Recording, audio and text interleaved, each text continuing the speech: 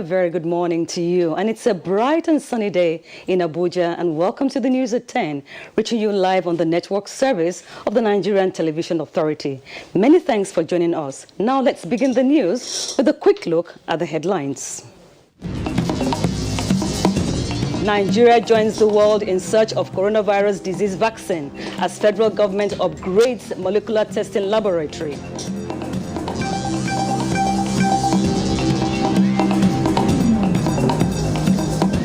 Nigeria receives the second batch of medical supplies from the government of China.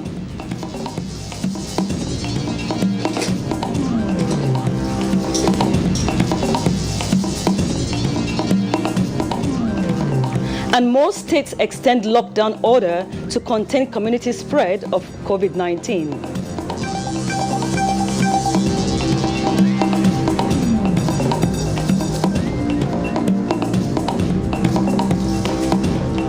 The Chief of Army Staff tasks men of Operation Lafia Dole to bring the war against insurgency to a positive end.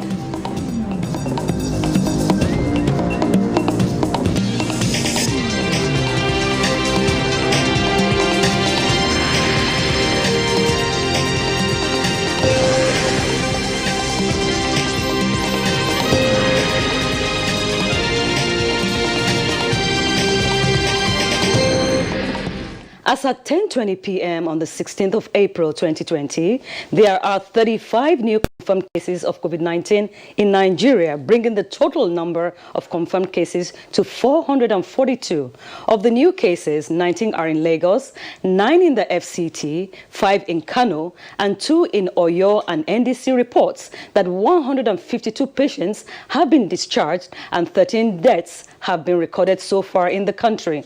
As it stands, Lagos has the highest number of cases with 251, followed by the FCT with 67 cases and Kano with 21 cases.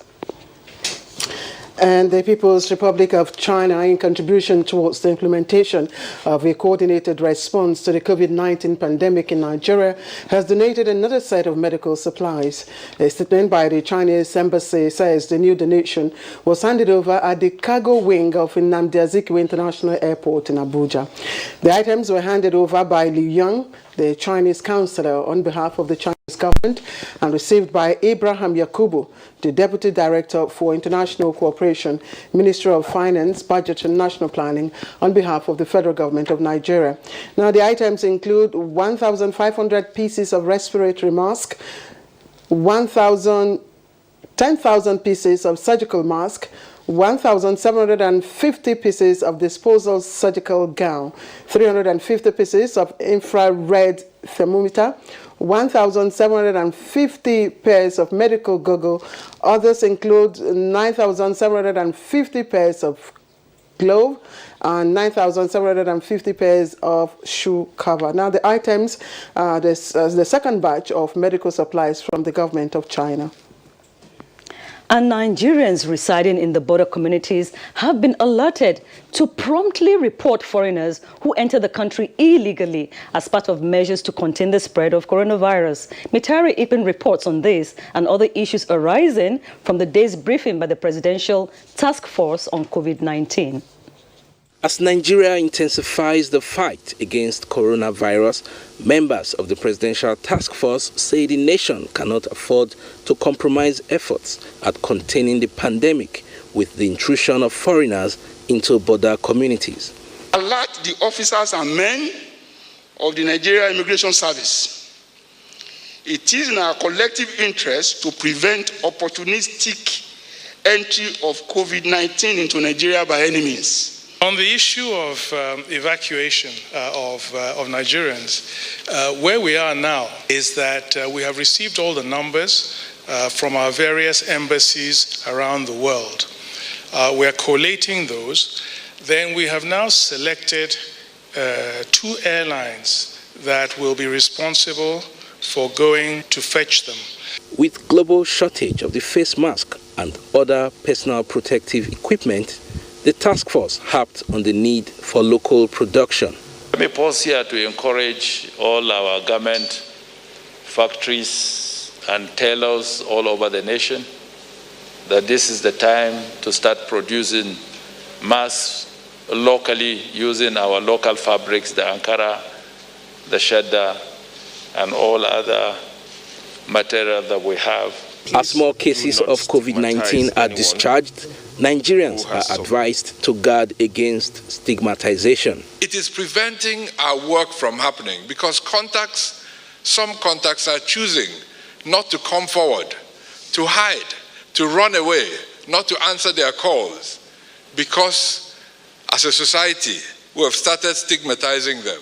I use this opportunity to again strongly advise my colleagues in the medical profession against secretly or privately managing people who have COVID-19 infection outside of accredited health facilities. The allegation that the Ministry of Information or the PTF is not doing enough to sensitize Nigerians is fake news. The independent polls conducted by the NOIP, it says 99% of Nigerians say they are aware of COVID-19. The task force urged state governors not to relax restrictions, but ensure stricter enforcement in the days ahead.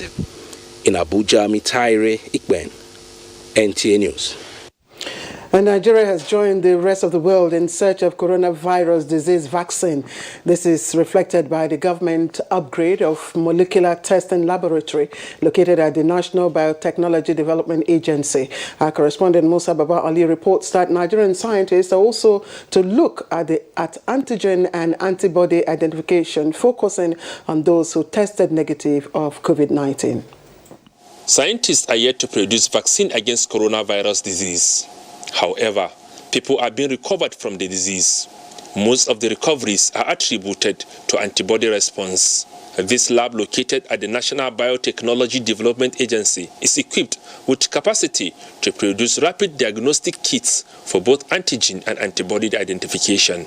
Once you are diagnosed and you are positive and you are placed at a treatment center and you are treated and you test negative for the virus, then it means that your body has generated enough antibodies for you to survive. So we can harvest the antibody in you and overproduce the antibody for other people to use.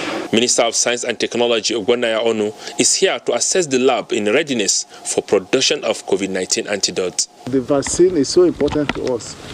Vaccine for this SARS-CoV-2 virus is important, and we believe that once we're able to domesticate that technology, we will also transfer that technology to the production of vaccines for so many diseases.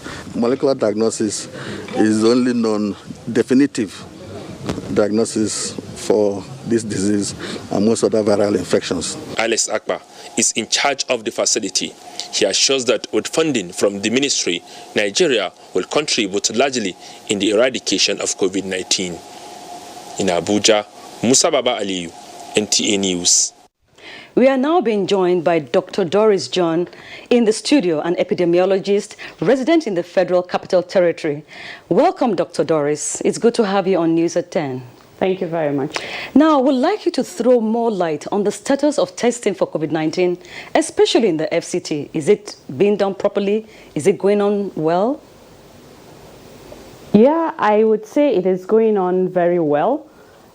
Initially, when we first started, we were testing people based on the alerts we received, and over time we felt it would be good to upscale the testing so that more people can be tested. Because of that, a testing center was created at the International Conference Center where people can call and be given appointments and they come and get tested, apart from the teams that are still going to collect samples from people from house to house. Even with that, we realized that there could be people that might be carrying these virus in the communities that are not being reached. So the Department of Public Health put in place a strategy to go into community for active surveillance and active case search. So far, we just commenced that this week, and we have been to the Pape community of the, which is under Buari Area Council. And one thing that informed that choosing Pape, for instance, is from the analysis of the positive cases we've had. These people have workers and staff who are resident in close proximity to where they stay, and that is Mpape. We went to Mpape to 5 communities under Mpape, which is under Duse Ward. We collected samples from over 200 people from that community. We also expanded to some communities in Amak, which are all under Gwarimpa Ward. We were in Mabushi, we were in Utako, we were in Gishiri, and from these community sampling, from this week alone, we have been able to test over 500 people in the communities. And from that testing, have there been positive coronavirus patients? Unfortunately, yes. From this testing that we have done in the community, we have been able to identify 4 people that are positive so far from the results that have been released. Okay, you have nine new cases so far, at least as at last night. Abuja recorded 9 cases out of the ones NCDC released. From those you have so far from Pape, what is the travel history? Are they those who have had contact with index cases, or are those who have traveled from areas that have the virus? Well, we just got these results yesterday in the evening. So this morning, a team is there in the community. But from the case investigation forms that our testing teams fill, of all these 4, they had no travel history at all.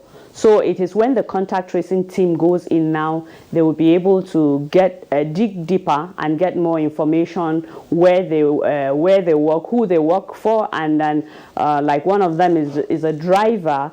So what is on the form is just a driver. We need to find out whether he's a commercial driver or he drives an individual. So this would inform now the spread of the contacts to these cases that have been identified. So it means that it's more of community spread now.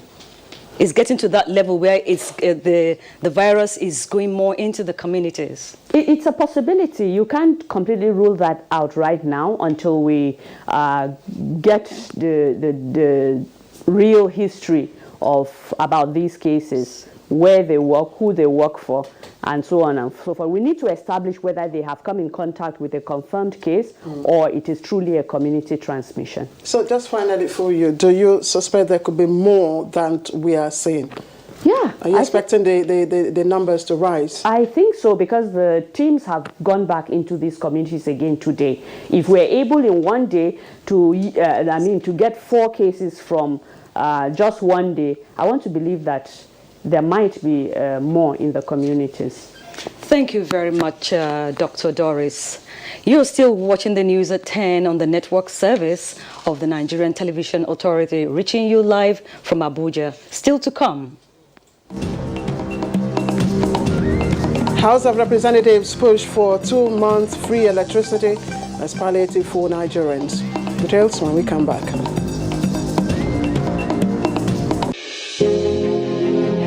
There is a lot of fake news and report circulating, especially on social media, on the coronavirus. Do not believe or partake in the spread of these fake reports. If it is not on the official website or news from the Nigerian Center for Disease Control, NCDC, disregard such report. Only together can we beat this virus. Only together can we overcome this pandemic. Follow the instructions and guidelines provided to combat this virus. Most importantly, stay at home. Self-isolate, regardless of your status. The virus doesn't move unless we move. Let us work together to better Nigeria. Together, we can do this. This message is brought to you by the Nigerian Television Authority, NTA, Africa's largest television network. Let's turn our attention now to Kano State, where increase in the number of coronavirus cases has compelled the state government to order a total lockdown with effective from last night. Correspondent Mohammed Rabiu Ali is standing by right now in Kano Metropolis to bring us situation report on day one of the lockdown. Rabiu, what can you tell us so far? How are people complying with this directive? This directive? Well, thank you, Clear Muslima. The lockdown, 7-day lockdown of this COVID-19 imposed by Governor Abdullahi Umar Ganduje begins last night. And for now, Kano residents are all at home, observing this order. Well, major streets across the states, to include the State Road, which is the busy road in Kano, the Zaria Road, the Ibrahim Chaya Road, as well as Murtala Muhammad Road, are all deserted.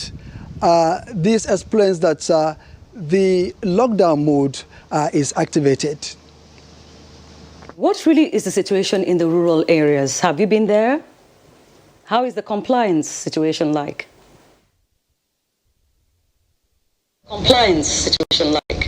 Well, the situation in rural areas are also the same here in the metropolis, where the authorities are concerned have deployed security agencies of Nigeria Securities and Civil Defense, Nigeria Police, and also other sister agencies all around to ensure that the total lockdown people have complied with. And with me here is the first PPRO who will shed more light on the total lockdown compliance. Kiawa, please, can you shed more light on the compliance so far imposed by the Kano State government? DSP Abdullahi Haruna Kiawa, the Police Public Relations Officer of Kano State Police Command. Period to the partial lockdown by the Kano State government last month on the 27th March. Of course, the state government ordered for the total lockdown with effect from yesterday, that is 16th April 2020 by 10 p.m. Of course, the command under the leadership of CP Habu Esani, PSC, in synergy with other security agencies, we have done all our various deployments to make sure that we enforce this order. Of course, currently, with our assessment this morning, we were able to see that the good people of Kano State were able to comply with the directive of the state government of stay at home. All right. Last question. What usually comes up with lockdowns, when people, are asked to stay at home? It's, palliatives. Has the government put any structure in place for that?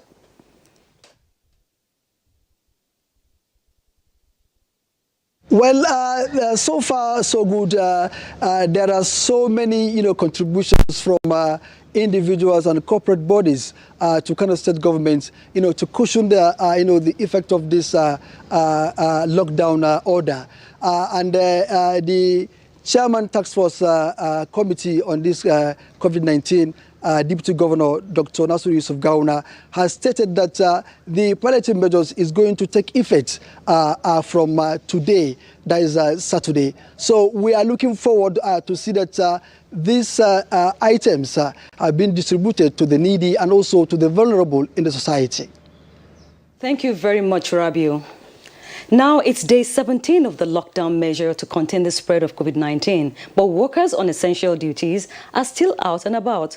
Are they really complying with the traffic rules? Najatu Tijani investigates, focusing on the Central Business District. Central Business District, known for ministries, agencies and parastatals, even the Federal Secretariat, is devoid of vehicles except for a few who are possibly workers on essential duty, a few civil servants, if you may. Which brings me to this question. What do you do when the streets are practically empty? So empty, in fact, that I can walk onto the street unhindered to do my piece to camera. With this situation, motorists were, however, compliant when it came to observing traffic rules, as was observed around Muhammadu Buhari Way in Area 11. So are you complying, keeping to the time? Indeed, I did, because I'm a essential staff. That's why I'm out. Otherwise, I would have been home. Out because it's part of my business. But on the outskirts, some motorists took advantage of the lockdown and the low traffic to break the traffic rules. That was the situation which led to this accident. The parties involved declined to speak on camera. Authorities used the opportunity to call on workers on essential duties to always abide by traffic rules no matter the situation. Naja'atu Tijani, NTA News. And so we also join our correspondent Olabode Arewa, who went to the outskirts of town to find out how security agents are enforcing the lockdown in some suburbs of Abuja. At the Jikoyi and Karu areas of the FCT, the lockdown recorded limited compliance.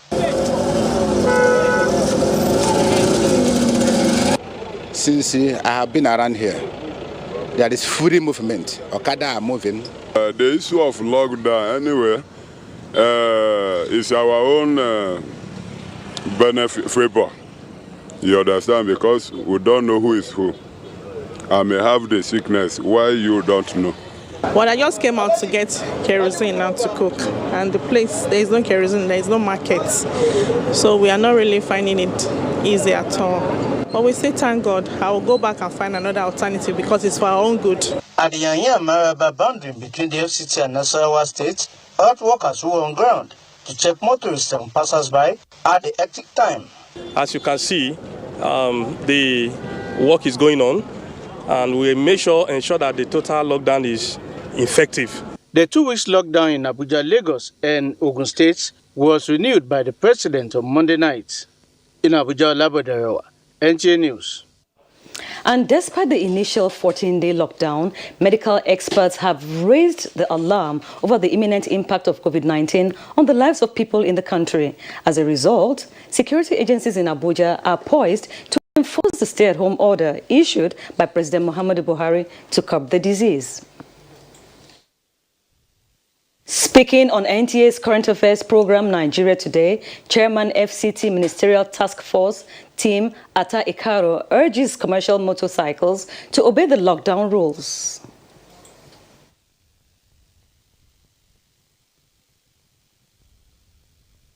Having 2 market days. We have it on Saturday, we have it on Wednesday. So with these 2 market days now, we hope that Monday will be under complete lockdown. So we are reducing that to reduce the flow of our persons around that area. Then we observe critically that there is problem at Kubwa area, although we had same but not at the same magnitude at Lugbe FHA. Within the Dusi Alahaji stretching to Kubwa, too much of commercial motorcycle operations here. And the minister took a decision which was very clear that commercial motorcycle should not be allowed to operate in Kubwa and Dusi Alahaji. First of all, we look at it, can it be Kubwa? But because both settlements... He also advises security agencies not to compromise but maintain their integrity. Nigeria Today airs every weekday at 7:30 p.m. on NTA News 24. And the Akwa Ibom state government has extended the lockdown order to additional 1 week. The extension, which is effective from Friday, 17th of April 2020, is also in line with the state enforcement of the quarantine and restrictions of movement regulations 2020. In a statement, the secretary to the state government, Dr. Emmanuel Ekwuem, states that all preventive measures earlier announced by government COVID-19 medical management team remain in force. The statement also indicates that government will continue to monitor and review the coronavirus pandemic situation globally, nationally, and in the state to respond speedily to protect the health of citizens. We'll go on a short break now and we'll be back with more reports. Please stay with us. For now, the best and most efficient way to avoid getting infected is through regular hygienic and sanitary practices, as well as social distancing. As individuals, we remain the greatest weapon to fight this pandemic. By washing our hands regularly with clean water and soap, disinfecting frequently used surfaces and areas, coughing into a tissue or elbow, and strictly adhering to infection prevention control measures in health facilities, we can contain this virus.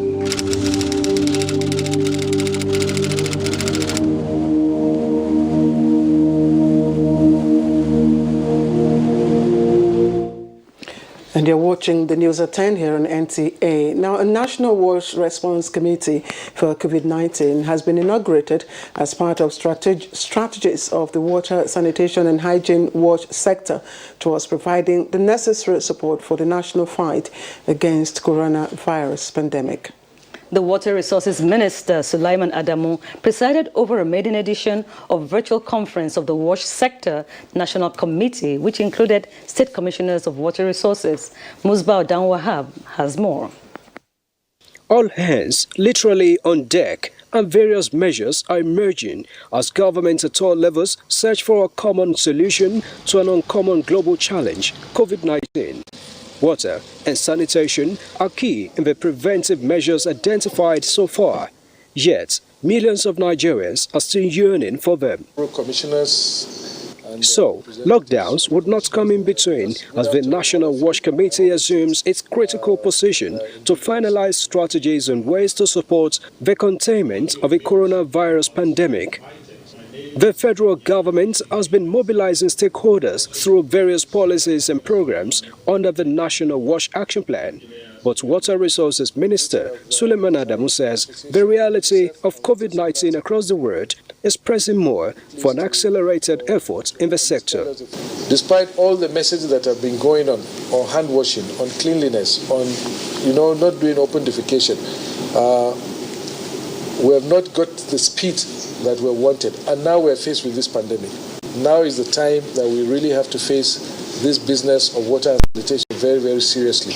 And so that puts us in a position, a very critical position, to ensure that we do our best to support the government in this. While seeking additional national and international support in this quest, the National Wash Sector Committee says it is also developing short, medium and long-term measures to reposition the sector. In Abuja, Musbah and Wahab, NTA News. And as the global oil price tends southwards, Nigeria contemplates a daily oil production cut from slightly over 2 million barrels per day to 1.7 million barrels per day. Let's get all the details from Kunle Adeye on Business News.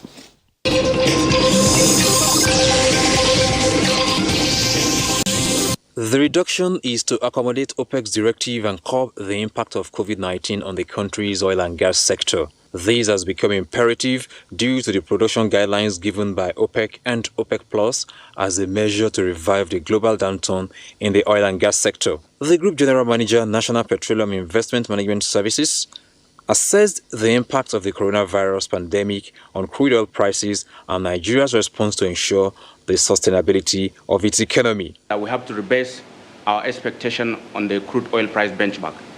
Not only the benchmark, the impact of OPEC in trying to stabilize the market has also impacted on our volume. We have a budget expectation around 2.1 billion, over 2.1 million barrels per day. Today we have to reduce that to about 1.7 million barrels in order to comply with the OPEC cut. What that means cumulatively is that we have a reduced volume, we have reduced price. Obviously, it will have an impact on our revenue. And the equities market on Thursday, April 16, 2020 closed on a positive note as Nigeria's Stock Exchange All Share Index appreciated by 0.09% 0.07% to close at 22,554.84 points, as against 3.02% appreciation recorded previously. Its year-to-date returns currently stands at minus 15.97%.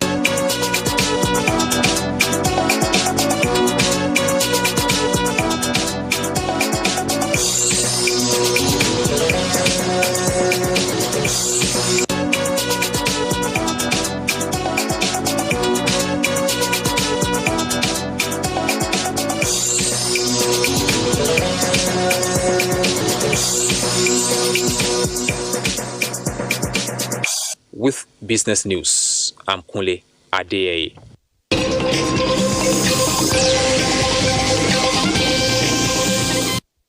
And amidst apprehension of a global economic recession as a result of the COVID-19 pandemic, and that is going by the assessment of the International Monetary Fund, the Economic Sustainability Committee, chaired by Vice President Yemi Osinbajo, with a couple of ministers as members, has held its third meeting focusing on how the country's economy would return to normalcy as early as 2021 if the recession does occur. The committee set up by President Muhammadu Buhari is looking at the various ways and means to support each sector of the economy. State House correspondent Jide Onifade reports that at the end of the meeting, Minister of Finance Zainab Ahmed says the committee is working ahead of the IMF assessment of economies going into recession this year, with Nigeria recording as much as minus 3.4%.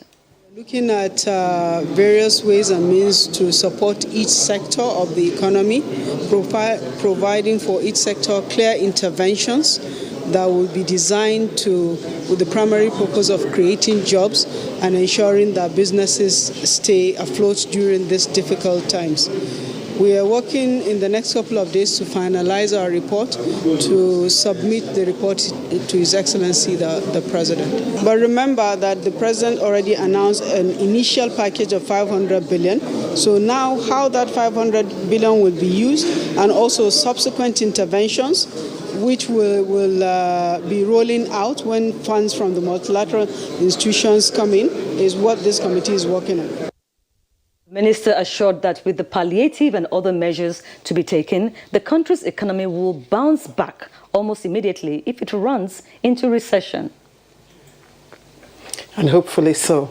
Now, the Presidential Task Force on COVID-19 has been commended for effective coverage of the nation's health system during the initial 2 weeks lockdown, and also for its determination to tackle emerging cases within the period of extension.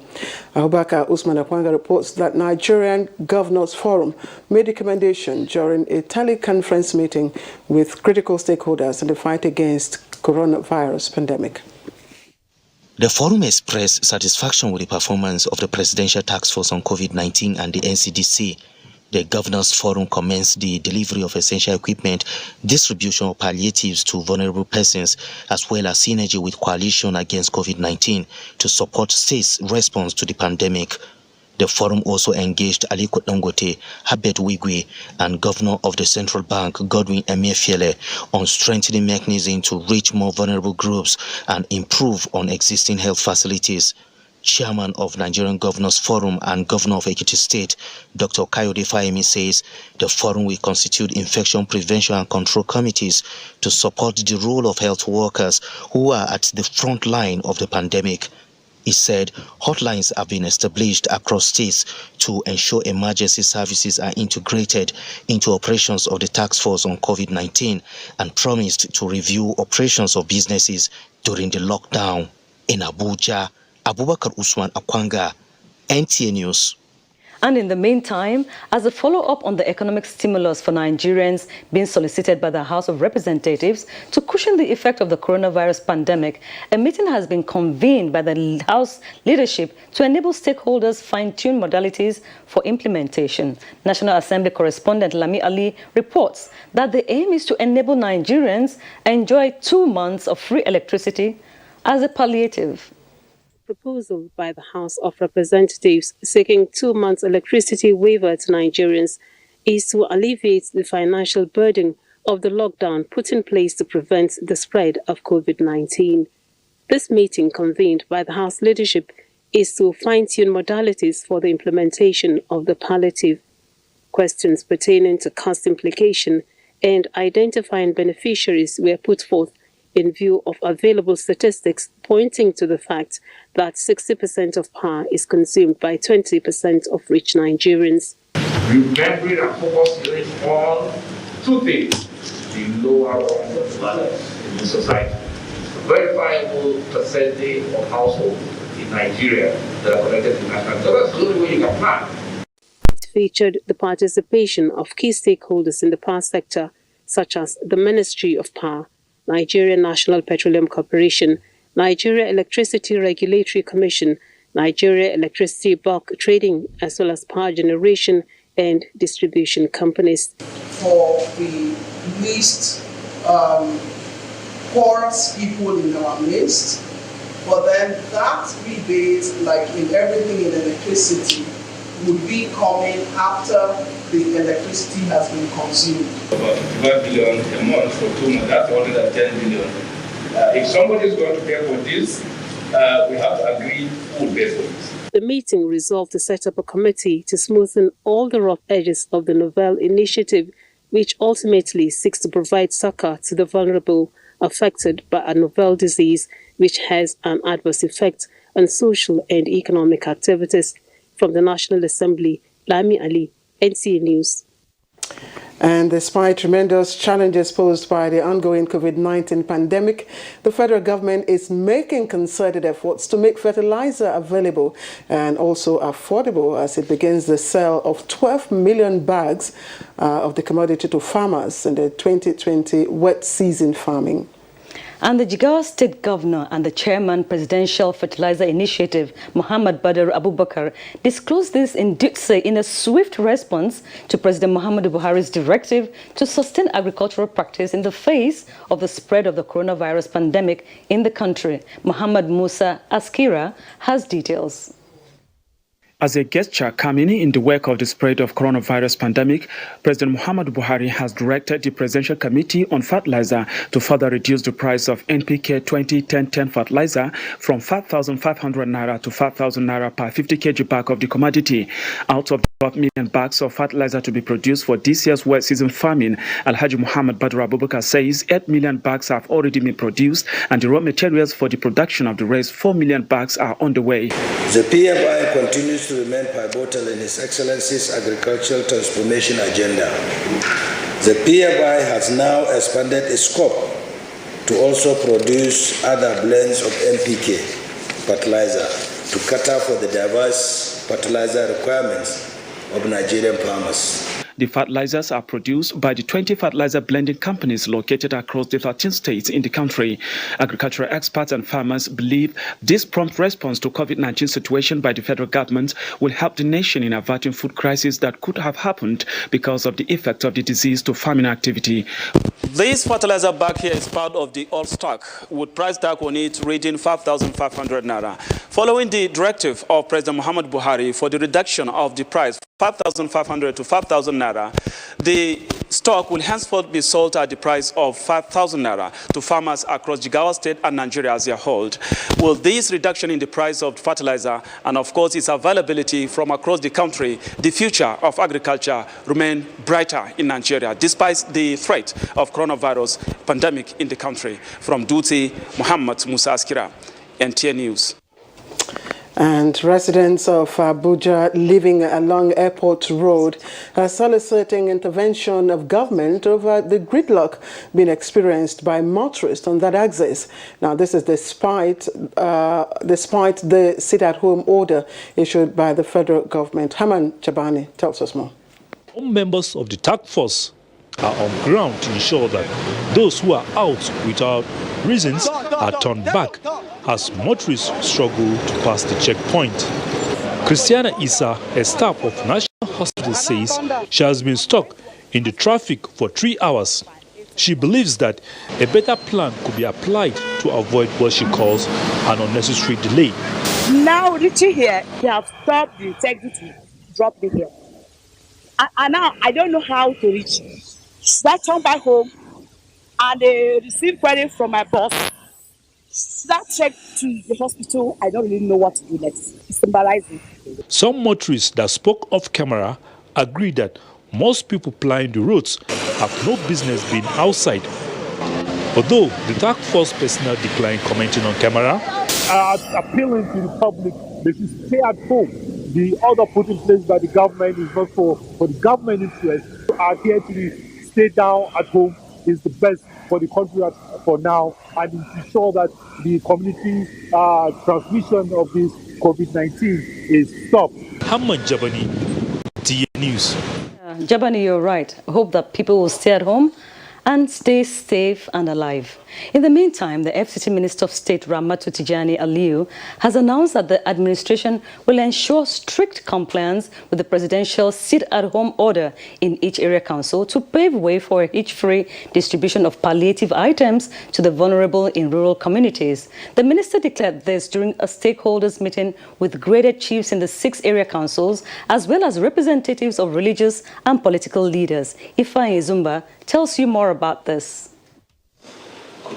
The FCT palliative distribution exercise will be flagged off in Abaji Area Council on Friday, April 17, 2020. FCT Minister of State Ramatu Tijani Aliyu stated that the decision to begin with Abaji was to test run the palliative distribution in regards to security personnel and logistics, with a view to improving on any identified mistakes in subsequent area councils. A Christian and a Muslim, let them form it. It's not party, they are surrounding their luggage. And there is police force there. If not, where will they carry it that you do not believe in it? And for places that is, that is far, then maybe they will go in and the cars will be escorted out the next morning to the police station and they carry it again. The such people, such places are few.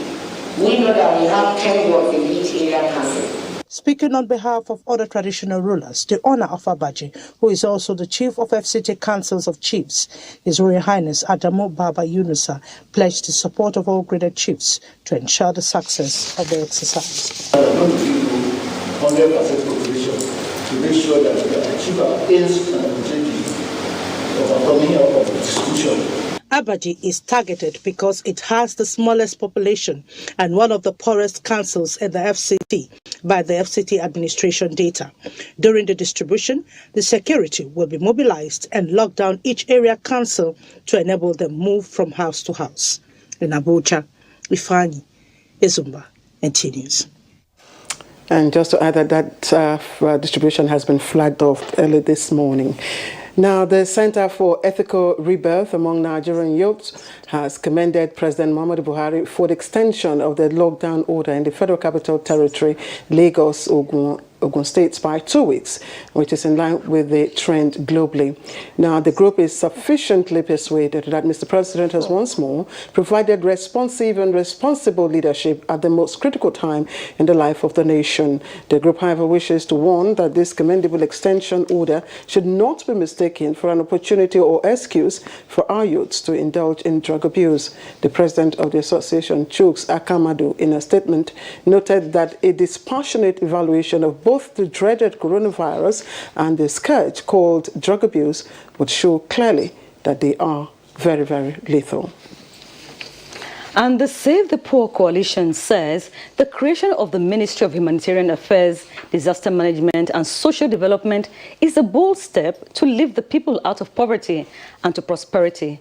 This is in reaction to a view canvassed by a member of the National Assembly that, and I quote, the distribution of cash transfer register in states was a fabrication and was full of fraud, and that the ministry lacks the capacity and the structure to carry out the assignment. End of quote. Save the Poor coalition says it is happy that the minister in charge of the ministry has taken steps to update the National Social Register she met on ground, thereby proving that the program is not a fraud. The statement by the national coordinator, Emeka Enechi, enjoins Nigerians to support President Muhammadu Buhari's desire in lifting millions of Nigerians out of poverty. And one important way experts have advised to contain widespread of the coronavirus is by preventing its community spread. Now, this makes sensitization and mitigation at the grassroots very vital. In Taraba State, however, campaigns in the rural areas have remained top priority, as Joseph Hossein reports on the latest efforts made in Jalingo local government area. Grassroots engagement in the fight against coronavirus is key in preventing widespread of the disease. This meeting involving the caretaker chairman of Jalingo Local Government Council, Adonasa Boboji, with traditional and religious leaders, youths and health workers, as well as other stakeholders, is promoting collective efforts in tackling coronavirus pandemic. Participants are being kept abreast with latest knowledge on COVID-19, and ideas are shared on best strategies to reach out to all rural communities. House to house is not going to because we don't have the mobile. But at least as a group, when we are organized, minimum group, if you're 5, 10, we also have to take into cognizance the rules of not more than 20 people that already put in place. Stigmatization on this problem. Nobody, it has no boundary. So let us not hide somebody who is coughing, who has all the symptoms. After enough education, protective equipment are handed over to traditional rulers, health centers, and other stakeholders. Already, the youth are stepping up the game by organizing sensitization and distribution of personal protective items. As youths, I think we have a very big role to play in carrying out this exercise because we are the ones that are living with the people. Among the key message is for the youth to know that coronavirus is real and not a joke, and therefore they must adjust to the new normal of social distance, stay-at-home order, and personal hygiene to stop the spread of the disease. In Jalingo, Joseph Sound Otsen, NTA News. And in Kwara State, government has discharged 2 of its 4 COVID-19 patients after they tested negative. 5 members of their families who were also at the state's isolation center have also been discharged after testing negative twice. Governor Abdulrahman Abdulrazak spoke with reporters at the isolation center in Ilorin. Raliat Ibrahim tells you more about this. Among the 7 discharged are the first 2 index cases, a male and a female, who have twice tested negative for COVID-19. According to Governor Abdulrahman Abdulrazak, 5 members of their families who were also on quarantine and have tested negative to the virus twice were also discharged. The state now has 11 persons left in the facility. 2 of them are COVID-19 patients, while the remaining 9 are people with varying contacts with them. And they're happy, they're delighted, and they've expressed their thankful wishes to government, the manner they were treated, and the hospitality they got in this facility. There are a lot more tests going on. We should not be complacent. COVID-19 is real. We should observe social distances. We should stay at home and make sure we don't infect each other. Kwara now has 2 positive cases of COVID-19 still active, while test results for 43 samples are being awaited.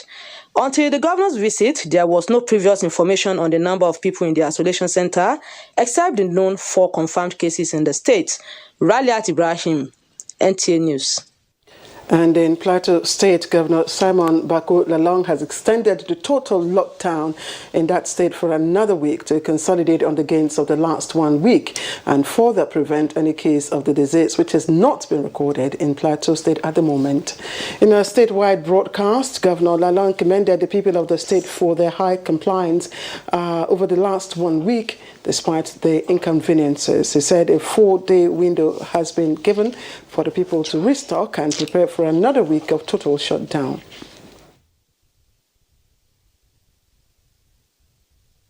Our next steps. One of the biggest lessons is the fact that we cannot quarantine hunger.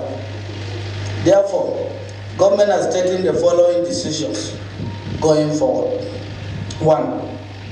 The total lockdown has been extended to 12 midnight of Thursday, the 23rd April 2020 to meet the medically stipulated quarantine period of 14 days. However, beginning from 11 p.m. 15 April 2020 to 12 midnight on Sunday, 19 April 2020, the total lockdown will be relaxed to enable people to go out to restock. All right, we beg to interrupt our news broadcast to join our outside broadcast. NTA from the Rivers State Government House in Port Harcourt. Shortly, the Rivers State Governor Nyesom Wike will brief press on measures the state has taken to contain the spread of the coronavirus disease, also known as COVID-19. My name is Ameza Igyeban. On behalf of the outside broadcast crew, I say welcome. Another moment that His Excellency will be discussing the state of affairs as it concerns coronavirus fight in Rivers State. Your Excellency, you have within the last 2 months demonstrated clearly that you are a proactive leader, a man whose vision has catalyzed in positioning Rivers State as one state that takes the lives and sanctity of lives of people who live and do business here very, very important. And so your covenant with Rivers people has come out clearly within these few months. Today, Your Excellency, you will be briefing gentlemen of the press on the fight against coronavirus in Rivers State, how far we have gone, the measures we have taken, and the new policy direction. May I now, with due respect, Your Excellency, invite you to address gentlemen of the press. Your Excellency, sir.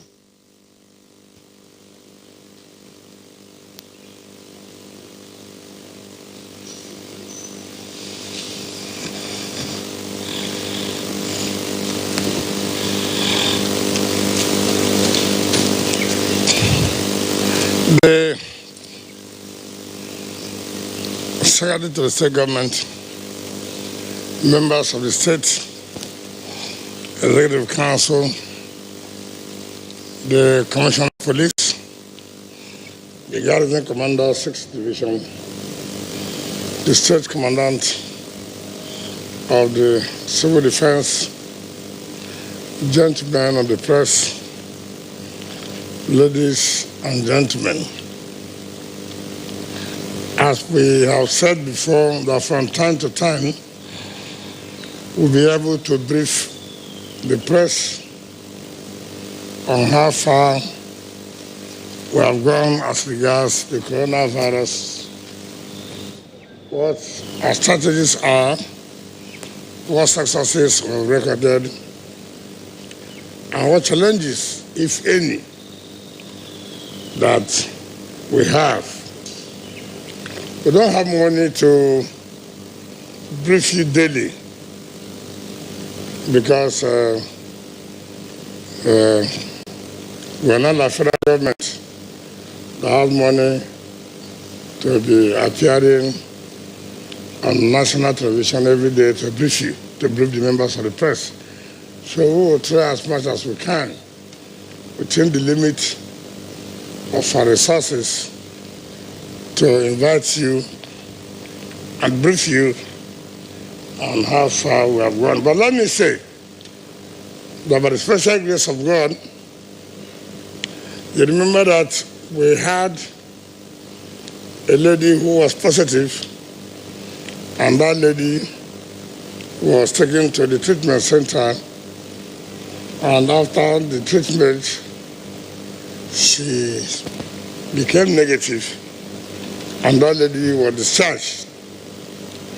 I want to inform you positively today too, and the Commissioner of Health is here to confirm that the second case, which was positive and was taken to the center, from the information I have, has tested negative and will be discharged this morning.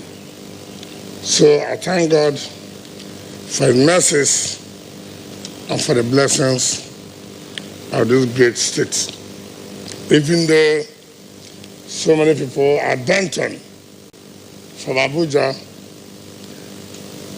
to make sure that Rivers State records not less than 100 cases of coronavirus, particularly the security agencies in Abuja.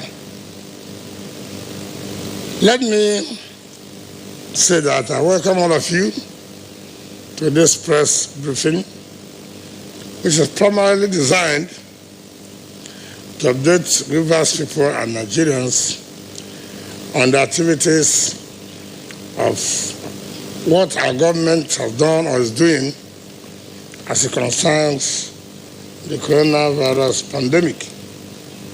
As a government, we chose a path of proactive interventions because we place a high premium on the sanctity of human lives.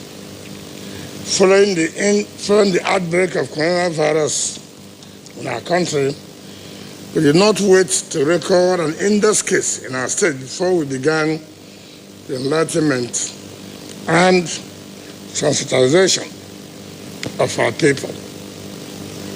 We are the first state, for record purposes, we are the first state in this country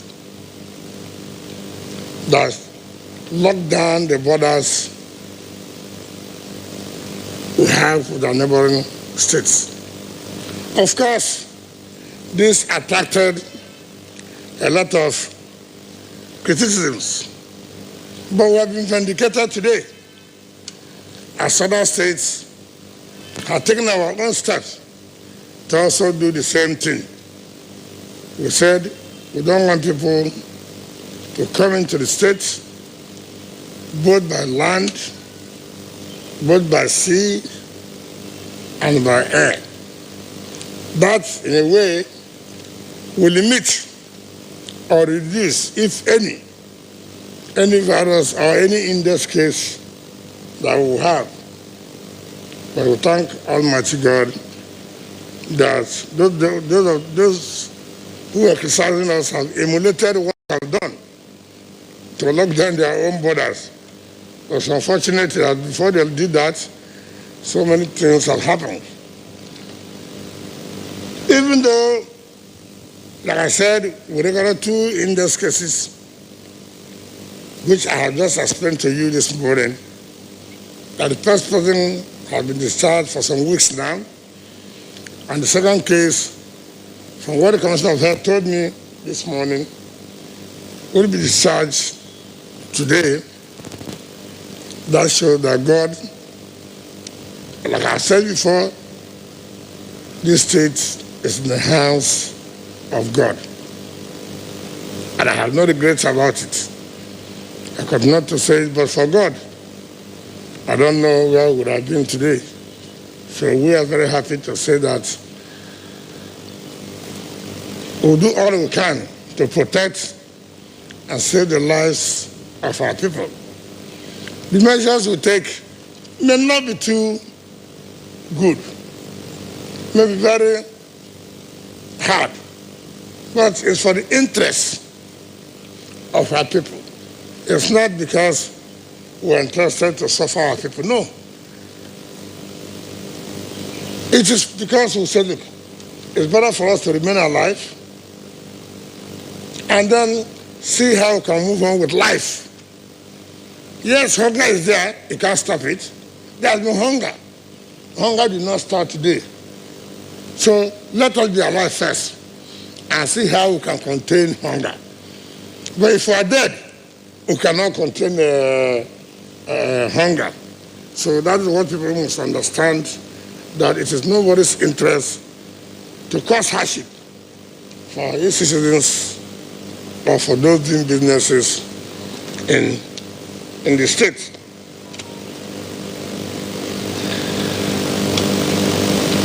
It is obvious that our containment strategies, such as closure of borders, schools, markets, closure of nightclubs, closure of cinemas, as well as the ban of public worship and public burials and weddings have helped to a large extent to check the spread of coronavirus. This is in addition to the conduct of our healthcare professionals. You can see some of them there. Even for this press briefing alone, we took steps to make sure that our health professionals are involved to check everybody who's coming in here. So I know that most of you must have waited for some minutes before you came in. It is for our own interest. So our health professionals have done a lot of jobs, have done work quite well to support the fight against this coronavirus. Security agencies saddled with the responsibility of the enforcement of government directives have also contributed their quota to the present state of affairs. Yesterday, all the service commander, the garrison commander, the state security services, and the commissioner of police went around the borders to make sure that the border closure was enforced.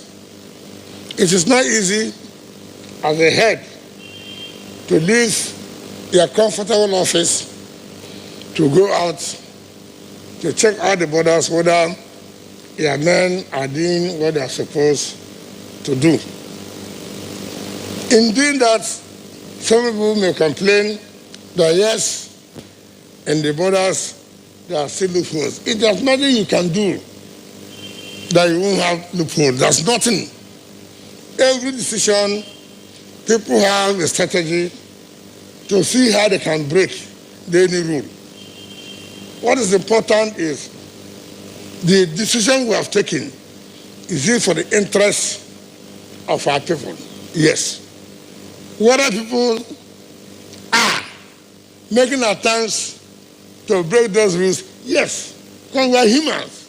So nobody can run away from that. So when people complain, to send me WhatsApp messages, oh, policemen or people who are on the borders are collecting money, I always ask them, even you, when they give you that opportunity to stay in the border, you are likely to collect money. These are human, this and that. You cannot. The CP cannot be everywhere. We also accuse the journalists when they are writing. They should write what is correct. Sometimes journalists are sponsored to write about what they don't even know. In that case, what do you do? Someone has written and they are written. Even when a Carleton issue happened there, so many people, professors of law, were paid to canvass or postulate, as it were, what they think the position of law is as regards that. Even though when they know that is not correct. But they were paid. So that is human nature. You cannot get it, you cannot say that